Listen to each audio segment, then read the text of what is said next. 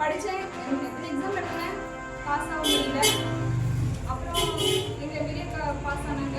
அதை பார்த்துட்டு எனக்கு இன்னும் படிக்கணும், இன்னும் நிறைய படிக்கணும் அப்படின்னு தோணுச்சு. நிறைய அழுவுவேன், இது மாதிரி நம்மளாலையும் பாஸ் ஆக முடியல அப்படின்ட்டு.